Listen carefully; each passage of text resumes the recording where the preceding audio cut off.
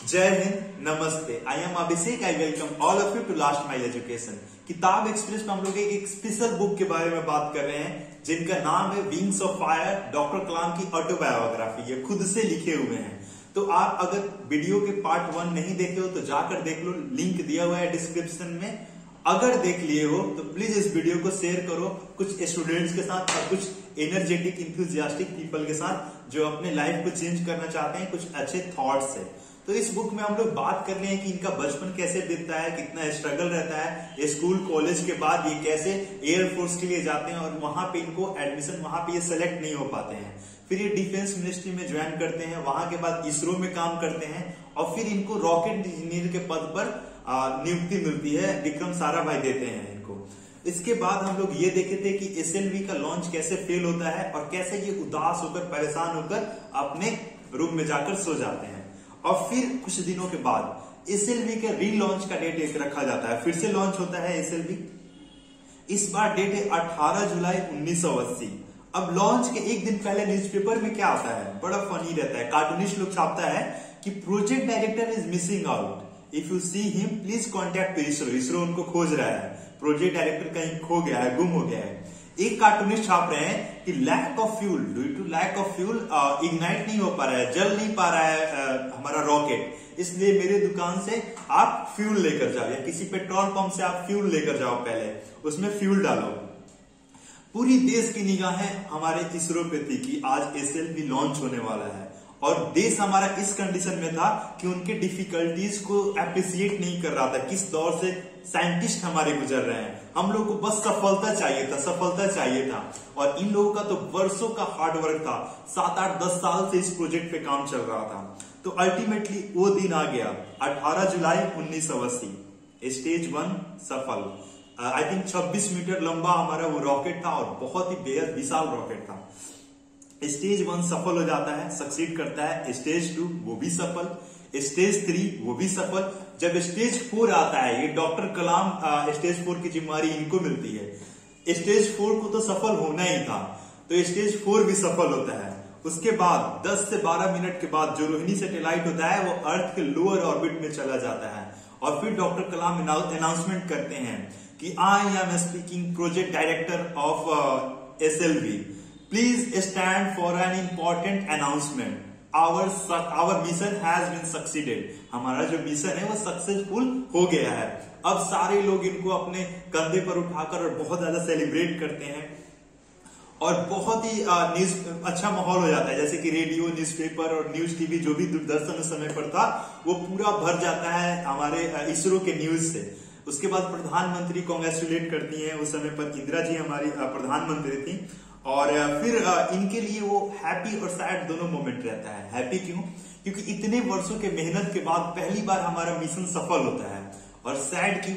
जो लोग इनके साथ रहे हैं बचपन से इस मिशन में, इस जर्नी में, वो अब इनके साथ नहीं है। इनके माता पिता जलालुद्दीन जो इनके जिया जी थे, इसके बाद विक्रम साराभाई और कुछ लोग जो इनके साथ ना रह पाए इस समय पर। फिर ये बोलते हैं कि हम थोड़ा सैड हैप्पी दोनों फील करते हैं, लेकिन फिर मीडिया के पास हम लोग जाते हैं। डॉक्टर सतीश धवन, यहाँ पे लीडरशिप का क्वालिटी देखिएगा। जब मिशन फेल हुआ था तो डॉक्टर सतीश धवन बोले थे कि जिम्मेवारी मेरी है फेलियर की, और जब मिशन सक्सीड हुआ तो डॉक्टर कलाम को आगे किए और बोले कि जाओ तुम प्रेस कॉन्फ्रेंस करो, ये तुम्हारी जीत है, ये हमारी टीम की जीत है। तो अपने टीम मेंबर को आगे कर देते हैं और ये लोग जाकर प्रेस कॉन्फ्रेंस करते हैं, देश के सामने आते हैं कि हम लोग ने मिशन को सक्सीड कर लिया। इसके बाद बोलते हैं कि प्राइम मिनिस्टर के पास मीटिंग होती है तो साराभाई, जो प्रोफेसर साराभाई है वो इनके पास, सतीश धवन, साराभाई तो डेथ कर जाते हैं, प्रोफेसर सतीश धवन इनके पास फोन करते हैं कि प्रधानमंत्री हम लोगों को बुलाई है, उनसे मिलने के लिए जाना है। अब ये बोले कि मेरे पास एक प्रॉब्लम है। तो सतीश धवन पूछे क्या प्रॉब्लम है भाई, बताओ तो हमको। तो ये बोले मेरे पास उतने अच्छे कपड़े नहीं है जो कि हम पहनकर प्रधानमंत्री के पास जा सकते हैं, मेरे पास तो बस चप्पल है और एक शर्ट पैंट जो हम पहनते हैं हर दिन, कपड़े खरीदने पड़ेंगे। तो सतीश धवन बोलते हैं कि तुम पहले ही सफलता के कपड़े पहन चुके हो, अब तुमको एक्स्ट्रा कोई खास कपड़े की जरूरत नहीं है, जो है वो पहनकर और चलो आगे बढ़ो। ये जाते हैं और पूरा जैसे पार्लियामेंट बेंच ऐसे पीट कर और बधाई देता है लोग, वैसे इनको सब कोई अपना ओवेशन देता है, इनको शुक्रिया अदा करता है लोग इस चीज के लिए। फिर सारे कोई बोलते हैं कि हम लोग आप पे गर्व करते हैं, इसरो हमारा बहुत ही आज अच्छा मुकाम हासिल कर रहा है। फिर प्रधानमंत्री इंदिरा गांधी बोलती हैं कि कलाम आप भी कुछ बोलिए, हम लोग आपसे सुनना चाहते हैं। तो डॉक्टर कलाम बोलते हैं मुझे तो कुछ आता होता है नहीं, मैं तो बस ये जानता हूं कि इस सैटेलाइट लॉन्च व्हीकल बनाते कैसे हैं, उसमें एक सैटेलाइट डालकर और 25,000 किलोमीटर पर आवर की स्पीड से अंतरिक्ष में भेजते कैसे हैं, इसके सिवाय मुझे कुछ नहीं आता है। फिर अटल जी आगे बढ़ते हैं तो इंदिरा जी बोलती हैं कि अटल जी देखिए ये मुस्लिम है, ये मुस्लिम है। तो अटल जी बोलते हैं हाँ मुस्लिम तो है, लेकिन उससे पहले हमारे देश के ये साइंटिस्ट हैं, इसके बाद ये मुस्लिम है। अटल जी हाथ नहीं मिलाते हैं इनसे, अटल जी इनसे गला मिलते हैं और उसके बाद इनको बधाई देते हैं। तो ऐसी कहानी रहती है, प्रधानमंत्री से मिलने ये लोग जाते हैं। इसके बाद बोलते हैं कि हमारा लाइफ थोड़ा डिफिकल्ट हो जाता है, इंटरनल कॉम्प्लिकेटेड हो जाता है। क्यों? क्योंकि बहुत सारे मीटिंग्स, बहुत सारे यूनिवर्सिटीज में लेक्चर देने जाना पड़ता है, बहुत सारा रिसर्च, और इसरो में भी लेक्चर वगैरह देना पड़ता है, कैसे हम लोग ने किया, क्या किया। Life internally becomes little bit complex and difficult externally, ऐसे ये लिखते हैं। उसके बाद साथ साथ डीआरडीओ अपना काम कर रहा था। अब डीआरडीओ में कोई लीडर नहीं था जो कि लीड कर पाए, जैसे विक्रम साराभाई और सतीश धवन थे यहाँ पे इसरो में, उस एंगल से डीआरडीओ में कोई नहीं था। डीआरडीओ का फुल फॉर्म होता है defence research and development organisation, जो हमारे डिफेंस पे रिसर्च कर और नए नए हथियार बनाते हैं, उस ऑर्गेनाइजेशन को हम लोग डीआरडीओ बोलते हैं। अब हम इन पे नजर आ गई डीआरडीओ की, और सब कोई चाह रहा था कि ये डीआरडीओ में आ जाए, जो डीआरडीओ में काम करते हैं, लेकिन इसरो वाले नहीं चाहते थे कि ये डीआरडीओ में चले जाएं। तो इससे डीआरडीओ और इसरो में वॉर होने लगा। अब डिफेंस मिनिस्टर तक बात पहुंच गई और हाई लेवल पे मीटिंग्स होने लगा, हाई लेवल पर बातचीत होने लगा कि आखिर डिफेंस भी तो देखना जरूरी है ना हमारे देश का। ऑफ कोर्स स्पेस में बहुत सारे साइंटिस्ट काम कर रहे हैं, लेकिन हमारे अगर बॉर्डर्स को सिक्योर करना है इधर से और इधर से, पाकिस्तान और चाइना से, तो डिफेंस हम लोग को मजबूत करना होगा। और 62 और 65 दोनों युद्ध के बाद हमारा जो डिफेंस सेक्टर था वो थोड़ा डगमगा गया था, वहां पे नए नए टेक्नोलॉजी की जरूरत थी। हम लोग कितना बाहर से खरीदेंगे, तो फिर इनका बहुत सारा मीटिंग्स होता है। इसके बाद इनको डीआरडीओ में भेजा जाता है, डीआरडीओ में डिफेंस पे काम करने के लिए, मिसाइल बनाने के लिए, और वहां से इनको मिसाइल मैन की बात हम आगे करेंगे। फिर ये जून 1982 में ज्वाइन करते हैं डीआरडीओ को। उसके पहले ये इसरो में एक अपना बहुत बेहतरीन भाषण देते हैं, मोटिवेट करते हैं और बोलते हैं कि इसरो एट द रेट 2000 पे हम लोगों को काम करना चाहिए, 2000 पे काम करना चाहिए, और बड़े बड़े मिशन हम लोगों को अचीव करना है। ठीक है, आप आगे हम लोग उसके बारे में भी बात करेंगे। तो ये जब डीआरडीओ में आते हैं तो एक एनर्जी लेकर आते हैं, एक नया होप लेकर आते हैं, इन्वायरमेंट बनता है, रिसर्च एंड डेवलपमेंट पे काम होता है, सीनियर साइंटिस्ट लोगों का एक ग्रुप बनाते हैं, वहां पे मीटिंग्स करते हैं, सेमिनार्स करते हैं, डिस्कशन करते हैं, टीम बिल्ड करते हैं। जो साराभाई और सतीश धवन कर रहे थे इसरो में, वैसा ही ये टीम बिल्ड किए डीआरडीओ में। इसके बाद ये मिसाइल प्रोग्राम्स के लिए अपना 2-3 मिसाइल प्रोग्राम बनाए और डिफेंस मिनिस्टर के पास गए कि हम लोग डॉक्टर अरुणाचलम के साथ, डॉक्टर अरुणाचलम इनके कलीग थे डीआरडीओ में, और उनके साथ ये गए कि हम लोग चलते हैं डिफेंस के लिए, कुछ पैसा मांगते हैं सरकार से। तो सरकार इनकी 2-3 प्रोग्राम पे विचार कर रही थी। तो फिर 1-2 दिन के बाद डिफेंस मिनिस्टर इन लोगों को बुलाएं और बुलाकर बोले कि देखो हम 1 मिसाइल के लिए, 2 मिसाइल के लिए फंडिंग नहीं कर सकते हैं, हमको इकट्ठा एक ही सारे मिसाइल को एक ही में जोड़ दो, कंपाइल कर दो, और सबके लिए हम एक ही बार फंडिंग कर देंगे। और वहां से डेवलप हुआ हमारा integrated guided missile development programme, IGMDP का वहां से शुरुआत हुआ, और वहां से हमारे पास एक ही सिस्टम के अंदर सारा मिसाइल्स हम लोग डेवलप किए धीरे धीरे। और उस दिन आपको बता रहे हैं एक बहुत अनोखा बात हुआ। अनोखा बात क्या हुआ कि उस दिन इनकी भतीजी का शादी था, और उस दिन ये डिफेंस मिनिस्ट्री से बात कर रहे थे, डिफेंस मिनिस्टर से बात कर रहे थे दिल्ली में। तो डॉक्टर अरुणाचलम जाकर डिफेंस मिनिस्टर से बोले कि इनकी भतीजी की शादी है और ये आपसे बता नहीं रहे, इनको वहां जाना भी है रामेश्वरम में। तो डिफेंस मिनिस्टर बोले कि इनको बताना चाहिए था। तो ये डिफेंस मिनिस्टर ऑफकोर्स इनको बोले कि आप दिल्ली से मद्रास के लिए चले जाओ फ्लाइट से, नॉर्मल फ्लाइट से, और मद्रास में डिफेंस मिनिस्टर एक स्पेशल हेलीकॉप्टर तैनात कर दिए। जैसे ही वहां मद्रास में पहुंचते हैं, वहां से स्पेशल हेलीकॉप्टर इनको लेकर मदुरई चला जाता है और मदुरई से ये ट्रेन लेकर रामेश्वरम जाते हैं और उसी दिन दिल्ली में मीटिंग करते हैं और उसी दिन ये अपने घर पे भी पहुंच जाते हैं। सोचो ये 1982 की बात है, उस समय ये एक ही दिन में वहां तक पहुंच जाते हैं। और इसके बाद हमारे पास जब इंटीग्रेटेड गाइडेड मिसाइल पे काम होने लगा, डेवलपमेंट प्रोग्राम चालू हुआ। ये इंटीग्रेटेड गाइडेड मिसाइल क्या है? गाइडेड मतलब जैसे कि आप दुश्मन आपका भाग रहा है, उधर आपकी मिसाइल चले जा रही है। जैसे कि आप सुदर्शन चक्र देखते हुए कृष्ण भगवान की, उनके उंगली से निकल रहा है, जा रहा है और सामने एकदम खड़ा है, ऐसे घूम रहा है और जब कृष्ण जी जा रहे हैं उसी समय पे उसका गर्दन कट जा रहा है। तो ये हुआ इंटीग्रेटेड गाइडेड मिसाइल कि दुश्मन अगर लेफ्ट भाग रहा है तो लेफ्ट मिसाइल जा रहा है, राइट भाग रहा है तो राइट भाग रहा है, पीछे जा रहा है तो पीछे मिसाइल हमारा चला जा रहा है। इसी को हम लोग गाइडेड मिसाइल बोलते हैं। तो यहाँ पे इनको मनी मिल गया, इसके बाद टेक्नोलॉजी मिल गया, टीम मिल गया। अब ये बनाया बहुत सारे साइंटिस्ट का ग्रुप और काम करना स्टार्ट किए। 4 महीने के अंदर में 400 साइंटिस्ट को ये जोड़े और जोड़कर और मिसाइल पे काम करना स्टार्ट किए। अब ये कौन कौन मिसाइल बनाएंगे? तो इसमें सरफेस टू एयर मिसाइल बना। सरफेस मतलब जमीन से आसमान में युद्ध कर सकता है। एयर टू एयर मिसाइल मतलब आसमान से आसमान में युद्ध कर सकता है। एयर टू सरफेस मिसाइल, आसमान से आप धरती पे मार सकते हो।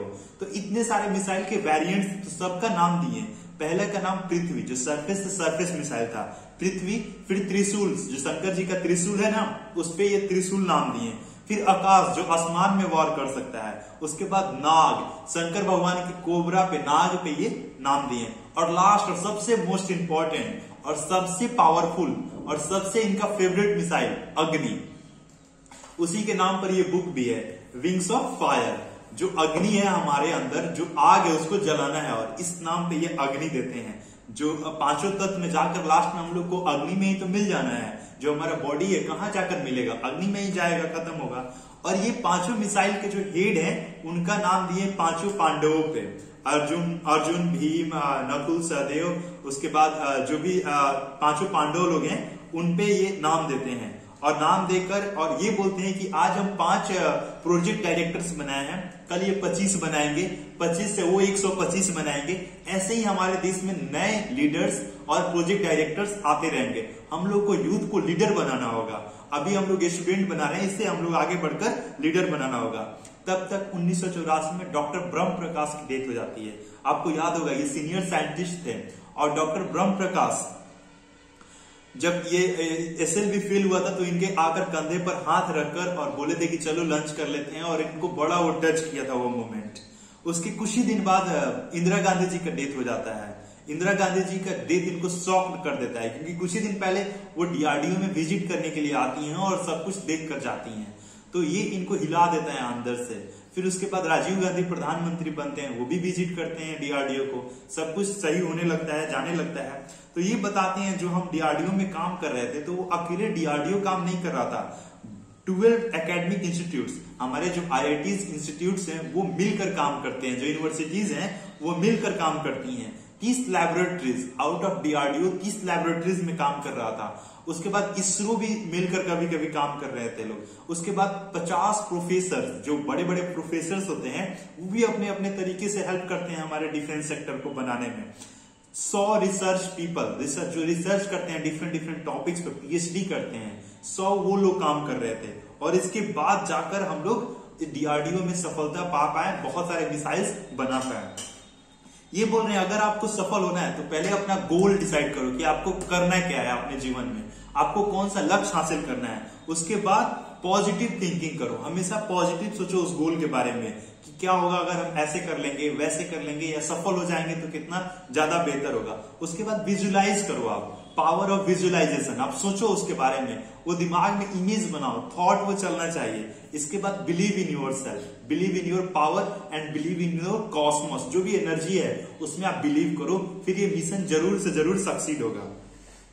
तब तक पृथ्वी और त्रिशूल दोनों सक्सीड हो गया था और इसके साथ साथ कुछ और भी प्रोजेक्ट पर काम चल रहा था।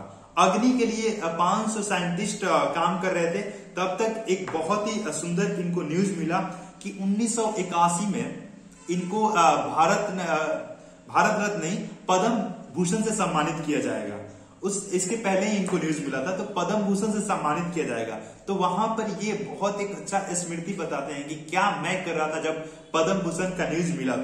तो ये बोल रहे थे कि अपने रूम को हम बिस्मिल्लाह खां के शहनाई से हम भर लिए। इनको बिस्मिल्लाह खां का शहनाई सुनना बहुत ज्यादा अच्छा लगता था। इसके साथ साथ ये बता रहे हैं कि हम अपने गांव पे जाते हैं, अपने थॉट में अपने गांव पर जाते हैं, मम्मी को गले लगाते हैं, पापा अपने हाथ से मेरे सिर पर अपना हाथ रखते हैं और मेरे बालों को अपने उंगलियों से सहलाते हैं।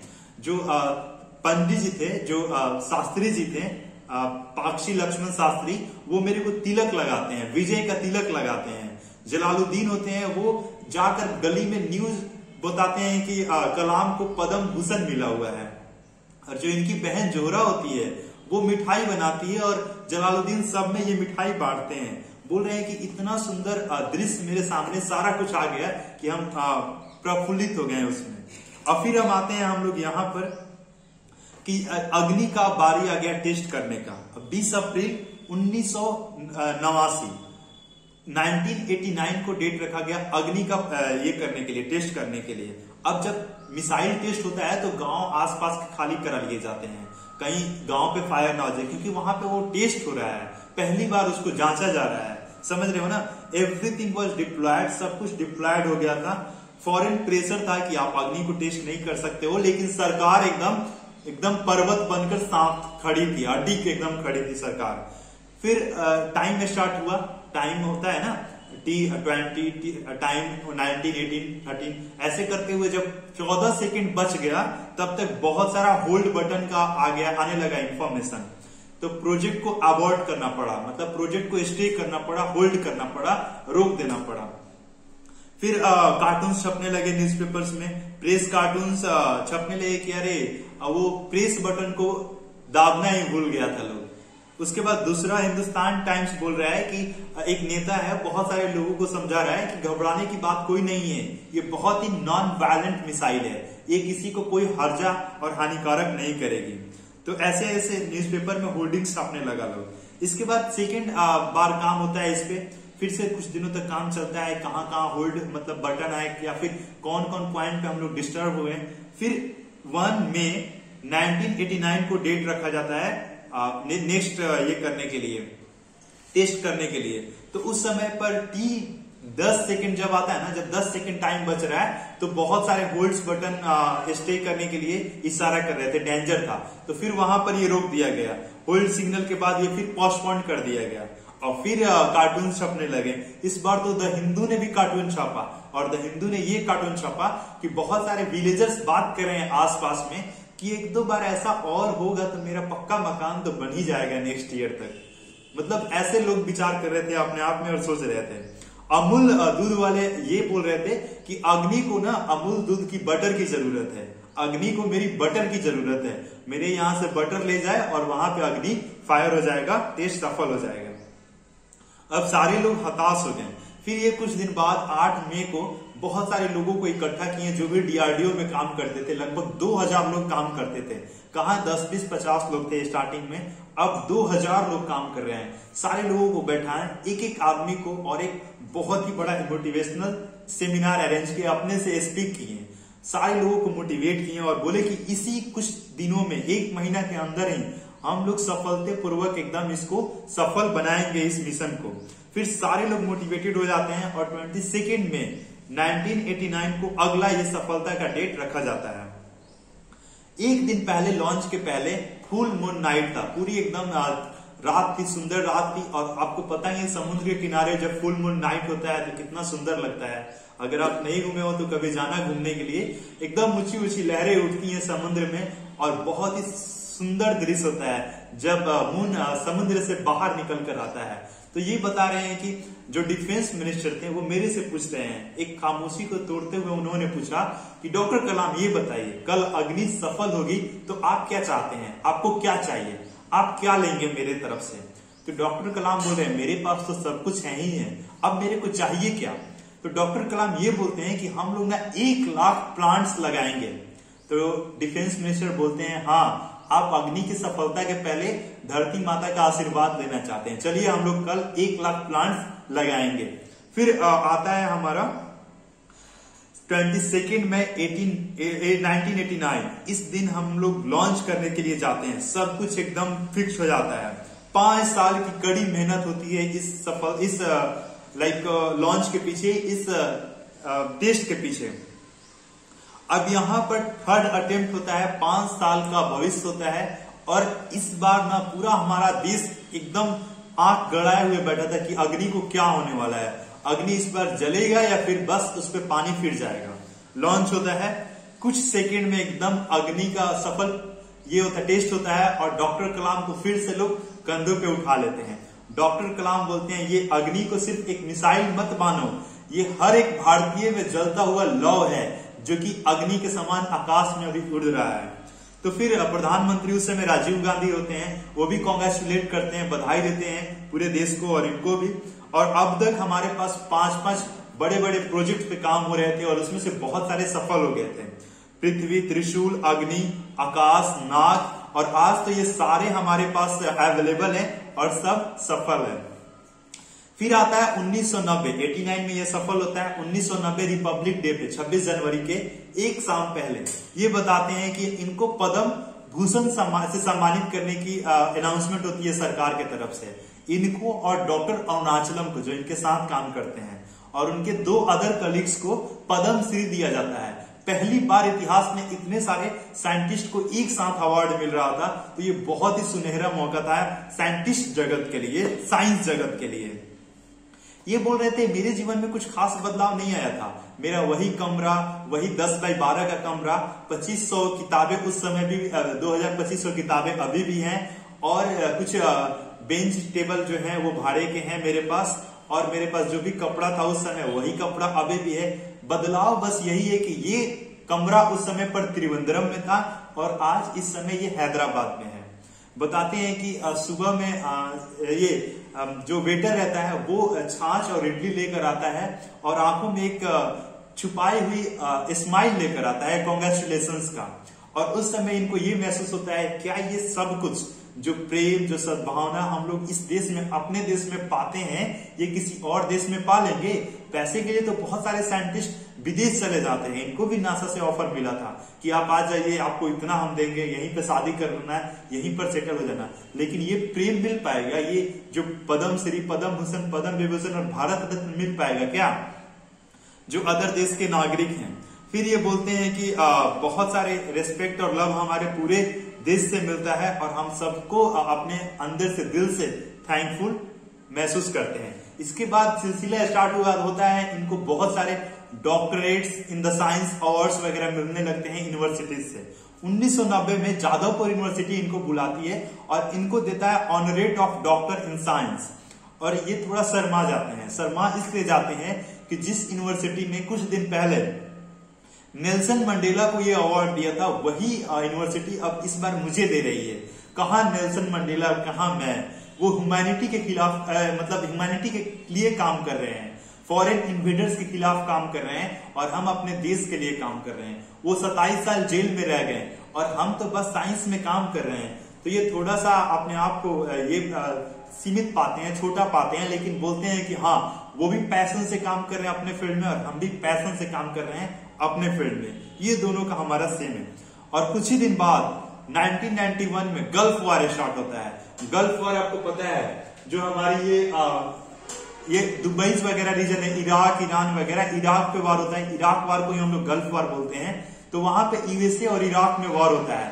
तो उस समय पर हमारा पूरा नेशन एकदम सेटिस्फाई रहता है, एकदम खुश रहता है कि कोई भी दिक्कत है हम लोगों को डरने की बात नहीं है, बिकॉज हमारे पास अग्नि है, बिकॉज हमारे पास पृथ्वी है। पूरा नेशन एकदम अच्छा महसूस करता है, मोटिवेटेड रहता है कि कोई भी वॉर हो जाए हम लोगों को कोई परेशानी की बात नहीं सोचनी है। बहुत सारे लोग इनसे क्वेश्चन पूछते हैं, अच्छा अग्नि क्या यहाँ पे जाकर वॉर कर सकती है, अग्नि क्या ऐसे वॉर कर सकती है? तो ये बोलते हैं हाँ क्यों नहीं, बिल्कुल, ऑफ कोर्स, व्हाई नॉट। तो ऐसे ऐसे ये आंसर्स देते हैं तो इनको अच्छा महसूस होता है। और ये फिर बोलते हैं कि हम लोग एक क्लैरिटी की तरफ आगे बढ़ते हैं कि हम लोगों को करना क्या है, और हमारे पास साइंस में अच्छे अच्छे लाइक जर्नी स्टार्ट होता है, एक जो प्लेटफॉर्म बनाना था वो हम लोग ने ओवर द ईयर्स बनाया और आगे आने वाले जनरेशन वाले लोग और अच्छा बेहतर महसूस करेंगे, इसमें और अच्छा काम करेंगे। तब तक इनका उम्र 60 के लगभग हो जाता है।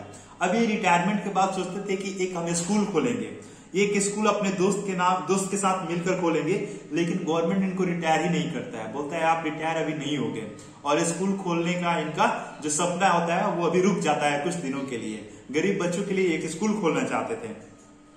फिर ये सोचे कि हम ये किताब लिख दें, किताब इसलिए कि क्लैरिटी ऑफ विजन बच्चों को मिले जो कुछ करना चाहता है, और एक लैक ऑफ डायरेक्शन है उनको थोड़ा एक डायरेक्शन मिले, थोड़ा कॉन्फिडेंस मिले कि अगर मैं कर सकता हूं तो वो लोग भी कर सकते हैं। वो बोल रहे हैं कि आजकल के हमारे जो यूथ है वो अनसर्टेनिटी में है, फेलियर में है, सॉरी जो हमारे यूथ है वो अनसर्टेनिटी से डरे नहीं, फेलियर से डरे नहीं, टायर्डनेस ना हो, वो कभी अपने विल पावर को ना खोएं, क्योंकि ये सारे रास्ते हैं कोई भी सफल चीज को पाने के लिए। आप डेवलप करो, अपने विजन को ब्रॉड करो, जो हम लोग एक दिन बात किए थे, टीम बिल्ड करो, अपने टीम से डायलॉग करो, डिबेट करो। People will take care of you, don't worry about yourself, just focus on your own work. ये बताती हैं कि हमारे देश में महात्मा गांधी रहे हैं, JRD टाटा रहे हैं, जो कि पूरा इंफ्रास्ट्रक्चर हमारे देश को मतलब बदल दिए। पहला स्टील कंपनी, पहला ये IT कंपनी, ये सारे टाटा का ही तो दिन है, चैरिटी इतना करते हैं वो लोग। होमी जहांगीर भाभा जो कि एक बहुत बड़े न्यूक्लियर साइंटिस्ट रहे हैं, इसके साथ साथ प्रोफेसर साराभाई, विक्रम साराभाई, इसके साथ साथ डॉक्टर MS स्वामीनाथन, जो डॉक्टर MS स्वामीनाथन है ये ग्रीन रिवोल्यूशन लेकर आए थे। इसके साथ साथ डॉक्टर वर्गीज क्यूरियन जो कि व्हाइट रिवोल्यूशन लेकर आए थे, कोऑपरेटिव सिस्टम लेकर आए थे, जो कि आप डेयरी प्रोडक्ट्स देखते हो ना अमूल वगैरह का, यही के रिवोल्यूशन लेकर आए थे। इसके साथ साथ प्रोफेसर सतीश धवन जो अभी उस समय इसरो के डायरेक्टर थे जब ये उसमें काम करते थे। इसके साथ साथ बोल रहे थे कि इंटीग्रेटेड गाइडेड डेवलपमेंट मिसाइल जब ये काम कर रहे थे उस पे, तो 78 पार्टनर थे उस मिशन में, 36 टेक्नोलॉजी पार्टनर्स थे। इसके साथ साथ 41 प्रोडक्शन सेंटर्स था, जो कि सरकारी प्राइवेट सब मिलाकर, ऑर्डिनेंस फैक्ट्री वगैरह मिलाकर सब टोटल था। बोल रहे हैं इनर विल रखो, हमेशा अंदर से इनर विल रखो और इमेजिनेशन पावर को कभी खोने ना दो। आदमी का सबसे बड़ा पावर कोई होता है तो इमेजिनेशन पावर, उससे आप समझ पाओगे, जान पाओगे कि आपके पास कौन बड़ा बड़ा लक्ष्य है और कैसे आप उसको हासिल करोगे। इमेजिन कर सोच कर, कोई तो सोचा होगा कि हम लोग आसमान में फ्लाई करेंगे, कोई तो सोचा था कि आदमी मून पर जा सकता है, कोई तो सोचा था कि आप घर बैठे ये लेक्चर देख सकते हो। तो इतना सारा कुछ कोई सोचा था, तो आप भी क्या सोच रहे हो इस वक्त? क्या आपको बेहतर करना है अपने जीवन में, आपको ये सोचना होगा। फिर 1998 में ये पोखरण 2 में पार्टिसिपेट करते हैं। अब इसके आगे इस बुक में नहीं दिया गया है, लेकिन ये एक्स्ट्रा इंफॉर्मेशन के तौर पर हम बताते हैं। 1998 में ये पोखरण 2 जो हमारा एक मूवी भी है, इस पे पोखरण ये पोखरण कर है शायद, तो वो आप मूवी जाकर देख सकते हो। उस मूवी में ये दिखाया गया है और वो रियल भी है कि USA का सैटेलाइट का नजर हमारे ऊपर रहता था। तो जब सैटेलाइट का जाने का समय और आने के समय के बीच का जो टाइम मिलता था, उसी में हमारे साइंटिस्ट वहां पे काम करते थे और उनको हम लोग मिलिट्री का ड्रेस पहनाकर भेज दिए थे कि जाकर मिलिट्री के ड्रेस में आप वहां पे काम करो। सब कोई समझेगा कि हमारी ये आर्मी है, लेकिन हमारी आर्मी के नीचे वहां पे हम लोग न्यूक्लियर टेस्ट का हम अपना काम कर रहे थे। तो न्यूक्लियर टेस्ट में ये बहुत इनका ज्यादा योगदान था। उसके बाद इनको एक रोल मिलता है, पद्म ये मिलता है, भारत रत्न मिलता है, और उसके बाद ये अपने आप को दूर कर लेते हैं गवर्नमेंट से और फिर ये जाते हैं एक तमिलनाडु की यूनिवर्सिटी में पढ़ाने लगते हैं। और वहां से ये चाहते हैं अटल जी, उस समय अटल जी पावर में आते हैं और अटल जी चाहते हैं कि इनको हम मिनिस्ट्री में लाएं, कैबिनेट मिनिस्ट्री बनाएं, लेकिन ये बोलते हैं नहीं अटल जी, हमको जाकर यूनिवर्सिटीज में नए नए यूथ को क्रिएट करना है, नए नए लीडर्स को क्रिएट करना है। फिर कुछ दिन बाद इनको फिर फोन करते हैं अटल जी कि एक काम है आपसे, आप मना मत कीजिएगा।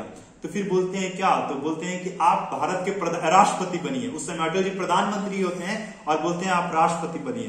तो फिर एक घंटा ये सोचते हैं और सोचने के बाद बोलते हैं कि ठीक है, हम बनने की अग्री को करते हैं, इस पॉइंट पर हम बन सकते हैं भारत के प्रधानमंत्री। फिर पीपल्स प्रेसिडेंट रहे, हर यूनिवर्सिटीज और ये इसमें कॉलेजेस में जाकर लेक्चर दिए। BHU का एक किस्सा है इनका, BHU में जाते हैं एक लेक्चर के लिए और बीच वाला जो कुर्सी चीफ गेस्ट का होता है वो थोड़ा बड़ा होता है। आप विकिपीडिया इस पे यूट्यूब पर जाकर देख सकते हो। तो तो वो चेयर थोड़ा सा बड़ा था, तो ये बोलते हैं कि इस चेयर को हटाओ और नॉर्मल चेयर लगाओ और फिर हम यहाँ पे बैठेंगे, नहीं तो हम नहीं बैठेंगे। ये तो जमीन पर बैठ गए थे। एक बार आप राजदीप सरदेसाई के साथ एक बार ये डिबेट कर रहे थे, ओपन सेशन था, और वहां पर डिबेट करते हुए ये जा रहे थे, और जाते हुए कुछ इनको कहना था, तो आधा रास्ता ये उतर गए थे, तो फिर ये फ्लोर पे ही बैठ गए जमीन पर, और बैठकर और जो भी कहना था कह दिए, और फिर ये निकल गए। सोचो, राष्ट्रपति भारत का नीचे जमीन पर बैठ जा रहा है और उसमें कोई उपहास की बात नहीं है, सारे जनता के सामने बैठ जाता है। कभी कभी ऐसा फील होता है कि अगर ऐसे लोग हमारे देश में नहीं रहेंगे तो हमारा देश कैसे चलेगा। आज हमारे इसरो और डीआरडीओ बहुत सारा काम कर रहा है, बहुत सारे डिफरेंट फील्ड में, वो उसमें इन लोगों का बहुत बड़ा योगदान है। जैसे कि आप पीएसएलवी देखते हो, जो मंगल मिशन में आप पीएसएलवी देखे, पोलर सैटेलाइट लॉन्च व्हीकल, जो बहुत हेवी होता है, इसको साउथ में बाहुबली लोग कहकर पुकारता है। 2014 में ये मिशन लॉन्च हुआ, उसके पीछे भी इनका बहुत बड़ा योगदान था जो ये लोगों ने क्रिएट किया। 2017 में हम लोग 104 सैटेलाइट एक ही बार में लॉन्च किए थे। उसमें यूएसए का था, नीदरलैंड का था, स्विट्जरलैंड का था, इजराइल का था, कजाकिस्तान का था, यूएई का था, नेपाल, आसियान कंट्रीज, कितने सारे देशों को हम लोग हेल्प करते हैं सैटेलाइट उनका लॉन्च कर, तो उसमें भी इनका योगदान रहा है, इनका हाथ रहा है। इसके साथ साथ जब हम लोग न्यूक्लियर टेस्ट किए तो यूके, यूएसए, फ्रांस, रशिया और चाइना के बाद हम लोग 6th नेशन बने थे अपने पास न्यूक्लियर ये कैपेबिलिटी रखने के लिए। आज तो नॉर्थ कोरिया और पाकिस्तान भी आ गया इस रेस में। हम लोगों को किसी से डर नहीं था, लेकिन चाइना और पाकिस्तान दो लोगों से मतलब डर नहीं था। एक्चुअली हम लोग को अपना विकराल रूप दिखाना था। भगवान कृष्ण भी तो दुर्योधन को अपना विकराल रूप दिखाते हैं, और इधर अर्जुन को दिखाते हैं कि देखो बात सुनो, मैं ही हूं जो हूं। तो इसके बाद यही इनकी स्टोरी होती है। इनकी प्रॉपर्टी क्या होती है, इनके पास कितना प्रॉपर्टी होता है, तो इनके पास 2500 किताब होती है। जब ये डेथ करते हैं तो इनकी प्रॉपर्टी में 2500 किताबें, एक वीणा, इसके साथ साथ एक वॉच, एक सीडी प्लेयर, इसके साथ साथ एक लैपटॉप, 6 कमीज, 6 शर्ट, 4 पेयर इनका पैंट रहता है, 3 सूट रहता है और 2 शूज रहता है। इसके साथ साथ 40 डॉक्टरेट्स की उपाधि, और इनके नाम पर बहुत सारे यूनिवर्सिटीज और क्या क्या है इस बताने की जरूरत नहीं है। इसके साथ साथ जब इनके राष्ट्रपति बने रहते हैं, राष्ट्रपति भवन में इनका परिवार घूमने आता है। इनका परिवार घूमने आता है तो ये बोलते हैं जो क्लर्क होता है कि एक एक रुपया का, एक एक पैसा का तुम हिसाब रखो। ये राष्ट्रपति भवन राष्ट्रपति के लिए है, राष्ट्रपति के परिवार के लिए नहीं है। जब परिवार 8 दिन के बाद घूमकर चला जाता है तो अपने सैलरी से 3,52,000 रुपया देते हैं राष्ट्रपति भवन को, और बोलते हैं कि ये मेरे परिवार आए थे, कुछ दिनों तक यहाँ पे रहे हैं, खाना खाए हैं, चाय पिए हैं, जिस सबका ये हिसाब हो गया। इवन यूनाइटेड नेशन ऑर्गेनाइजेशन जो है हमारा, वो इनके जन्मदिन को वर्ल्ड स्टूडेंट डे के तौर पर मनाता है, वर्ल्ड स्टूडेंट डे। इसके साथ साथ स्विट्जरलैंड में गए थे, जो कि बहुत सुंदर कंट्री और बहुत डेवलप्ड कंट्री है, लेकिन जिस दिन ये गए थे वहां पे, उस दिन वहां पर साइंस डे के तौर पर मनाया जाता है। कितना ज्यादा अफेक्शन इनको पूरे दुनिया से मिला। बहुत सारा इनका लेक्चर है यूट्यूब पर, आप प्लीज जाकर देखना, और इस वीडियो को सारी स्टूडेंट के साथ शेयर करो। Thank you so much for watching this video till and. Upcoming days में इनकी बहुत सारी किताबें हैं, मेरे पास भी है, जैसे इग्नाइटेड माइंड हो गया, टर्निंग पॉइंट्स हो गया, इंडिया 2020 हो गया, बियॉन्ड 2020 हो गया, टारगेट 3 बिलियन हो गया। इतनी सारी किताबें तो मेरे पास है अभी। तो इतनी सारी बुक्स पे हम लोग आगे चलकर किताब एक्सप्रेस का नया नया शो लेकर आएंगे। इतना सुनने के लिए और समझने के लिए थैंक यू सो मच। जय हिंद, जय भारत।